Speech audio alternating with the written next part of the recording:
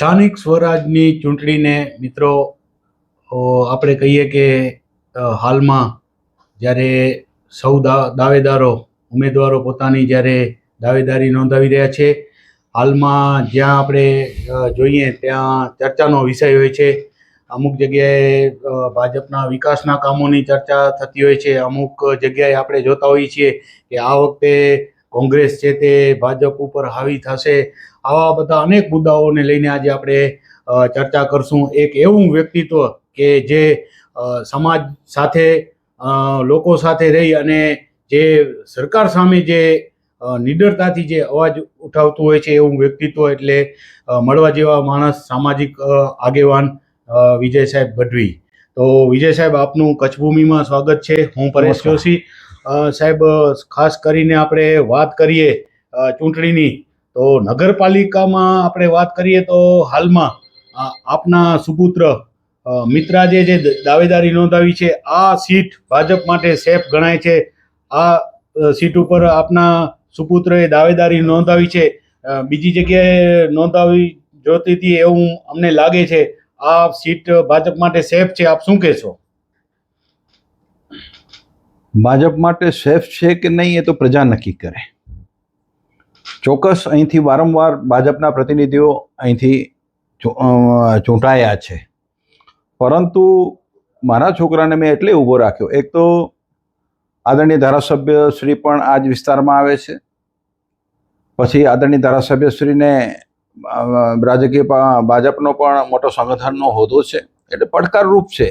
અને પડકારરૂપ એટલા માટે પસંદ કરી છે કે લોકો ખરેખર જ્યારે વાત કરતા હોય કે કોઈ સક્ષમ ઉમેદવાર નથી મળતો, સક્ષમ વ્યક્તિ નથી મળતો, ત્યારે મેં મારા છોકરાને જ કીધું કે આપણે આપણાથી શરૂઆત કરવી જોઈએ. કે આપણે એક LLM થયેલો છોકરો ડાયરેક્ટ પોતાની રાજકીય કારકિર્દીમાં માંડવીની સેવા માટે આવતા હોય અને માંડવીની સમજુ પ્રજા છે, જે માંડવીની પ્રજા બે ઉમેદવારો વચ્ચે ચોક્કસ ભેદ, માંડવીએ વારંવાર કેટલાય લાંબા સમયથી ભાજપનું શાસન સહન કર્યું છે અને એમાંથી એમને જે પણ શું ફળશ્રુતિ મળી છે એ પણ માંડવીની પ્રજા સારી રીતે જાણે છે.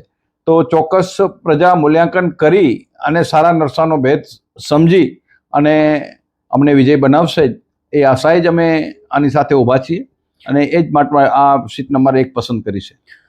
સાહેબ, ચૂંટણી 5 વર્ષ આવે અને પ્રજા પણ એવું ઈચ્છે આપણા વિકાસના કામો થાય, રોડ રસ્તાના પ્રશ્નો હોય, તો ઉમેદવાર ઉપર સાહેબ આપણે કહીએ ને જવાબદારી વધતી હોય છે. ઉમેદવાર કેવો હોવો જોઈએ આપની દ્રષ્ટિએ?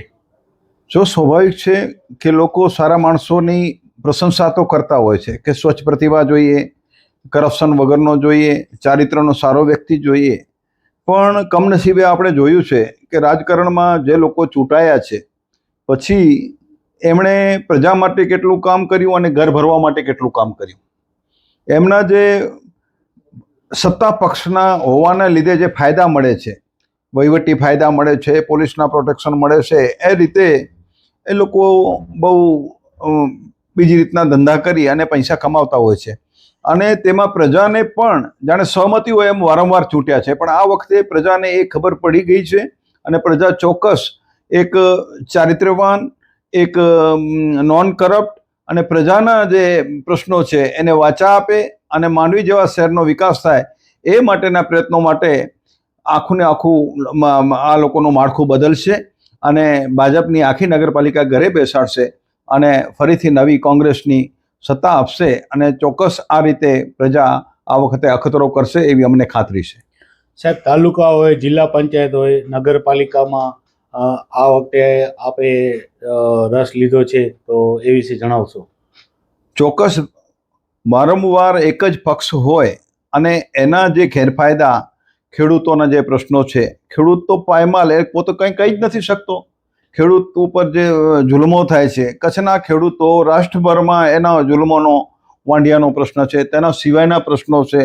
તે સિવાય ભાવ, હમણાં ઘઉં થયો છે તો ઘઉંનો શું ભાવ છે?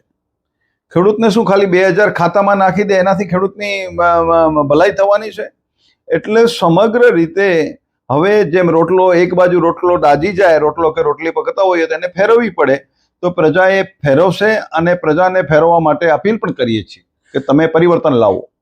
રોડ રસ્તા હોય કે સાહેબ આપણો બાયપાસનો મુદ્દો હોય, એ પ્રશ્નોનો હાલ ઉકેલ નથી આવ્યો. એક ગંભીર અકસ્માત પણ થઈ ગયો. આપણા એક જે 25 વર્ષીય મહિલાનું એમાં અકાળે મોત થયું.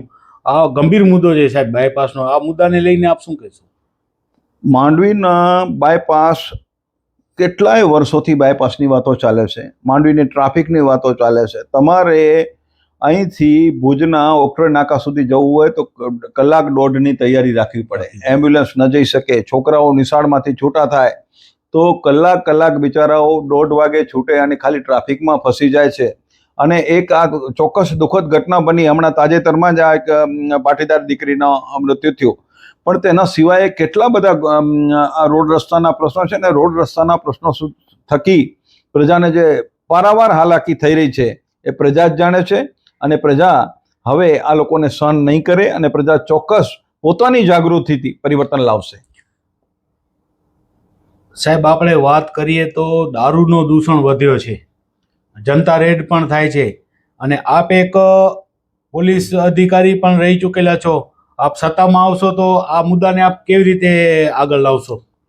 ચોક્કસ જ્યાં આપણે સત્તામાં હોઈએ કે ન હોઈએ દારૂના મુદ્દા માટે તો સક્રિય રહેવું જ પડશે.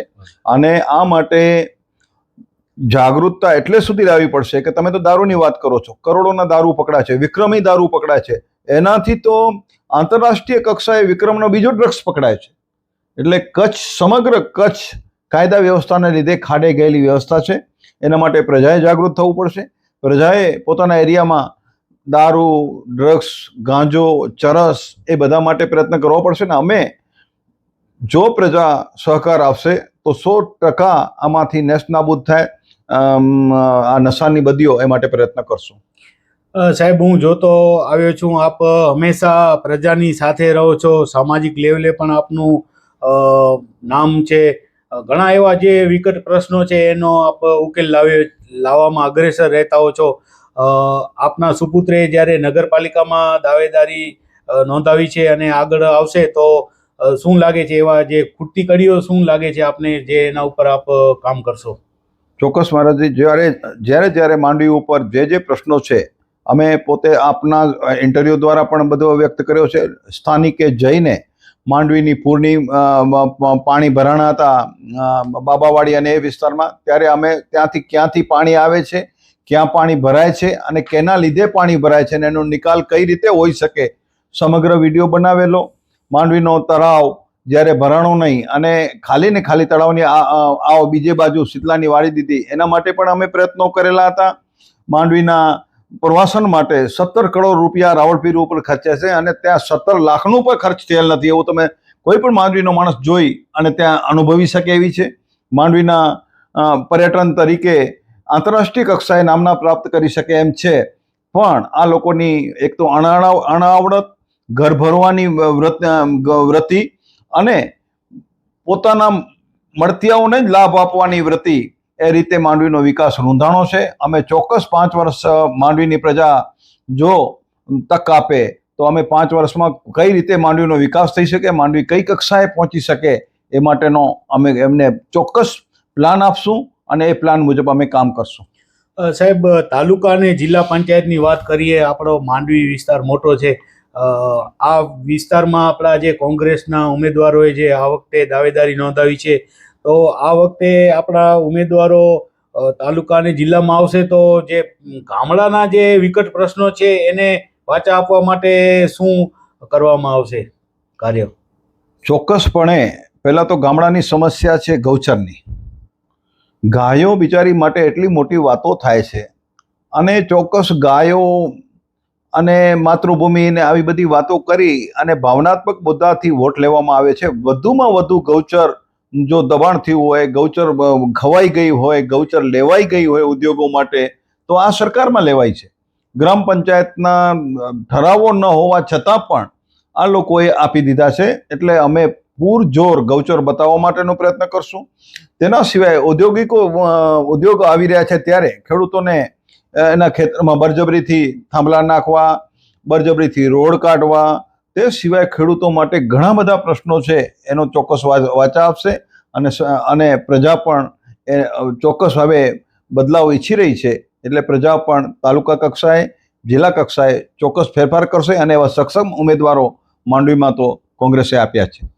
સાહેબ, હાલમાં ચૂંટણીના પરગમ વાગી રહ્યા છે, મતદાન પણ થવાનું છે. આપની શું મતદારોને અપીલ રહેશે? મારી મતદારોને નમ્રપણે એક અપીલ છે, ભાવાત્મક મુદ્દા નહીં. ભાવાત્મક મુદ્દાઓથી તમને ધ્યાન ભટકાવી અને વિકાસની બાબતોથી અલગ કરવામાં આવે છે. તમને જો સારી હોસ્પિટલો જોઈતી હોય, સારું શિક્ષણ જોઈતું હોય, સારી વ્યવસ્થાઓ જોઈતી હોય, તમારી ગૌચર બચાવવી હોય અને સારા રોડ રસ્તાઓ અને ભ્રષ્ટાચાર રહિત કોઈ પણ વ્યવહાર જોઈએ તો આ લોકોને ભાજપને બદલે હવે કોંગ્રેસને લાવો અને પરિવર્તન જરૂરી છે. અને પરિવર્તન તમે ભાવાત્મક મુદ્દાથી દૂર રહી અને રાષ્ટ્રના હિતમાં, તમારા હિતમાં તમે પરિવર્તન લાવો અને કોંગ્રેસને વોટ આપો, એ જ અપીલ કરું છું. સાહેબ, ખાસ કરીને આપણે ભાજપ મહિલાઓનો કહે છે કે અમે મહિલાઓ સશક્તિકરણ, મહિલાઓના ઉત્કર્ષ માટે આગળ, પણ મહિલાઓ ઉપર જ્યારે અત્યાચાર થતા હોય છે તો એ વિશે આપ શું કહેશો?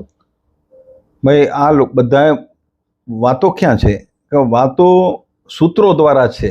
બેટી બચાવો, બેટી બચાવો.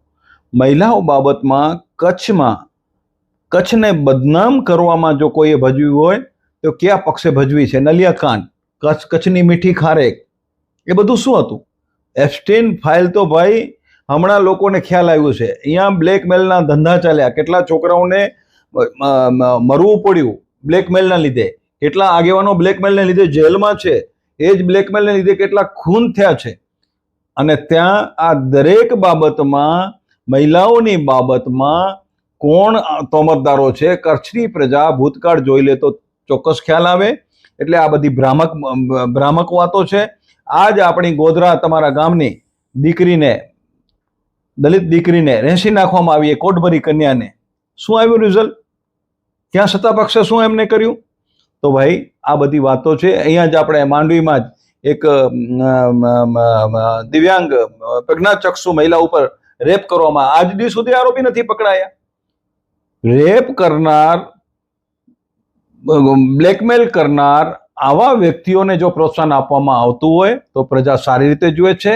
અને પ્રજા હવે આવા સ્લોગન અને આવા સૂત્રોથી સારી રીતે વાકેફ છે અને આ લોકોને બધાને ઘર ભેગા કરશે, એ ચોક્કસ વાત છે. સાહેબ, આ વખતે ચૂંટણીનો આપણે જોઈએ છીએ માહોલ જામ્યો છે. ઉમેદવારો પોતપોતાની રીતે તૈયારીઓ કરી રહ્યા છે. પ્રજાની વચ્ચે રહી આપના પક્ષ દ્વારા અને જે આપણા દાવેદાર છે મિત્રાજ, એમના દ્વારા શું કાર્યો ને વેગ આપવામાં આવશે? જો અમારી પાસે ચોક્કસ માંડવી નગરપાલિકા જો અમારા હાથમાં આવે તો પહેલો તો માંડવીને સારામાં સારા રોડ મળે, આ ટ્રાફિકની ઝંઝટમાંથી માંડવી મુક્ત થાય એ માટેને પ્રથમ અગ્રતામાં આપવામાં આવશે. 24 કલાક કંટ્રોલ રૂમ ખોલવામાં આવશે.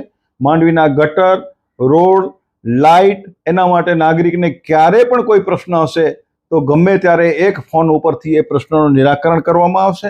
વેરા માટે અસંગતિ છે અને વેરા વધારે નાખવામાં આવ્યા છે, એ વેરા માટેની અમે રાહત મળે પ્રજાને એ માટે કરશું.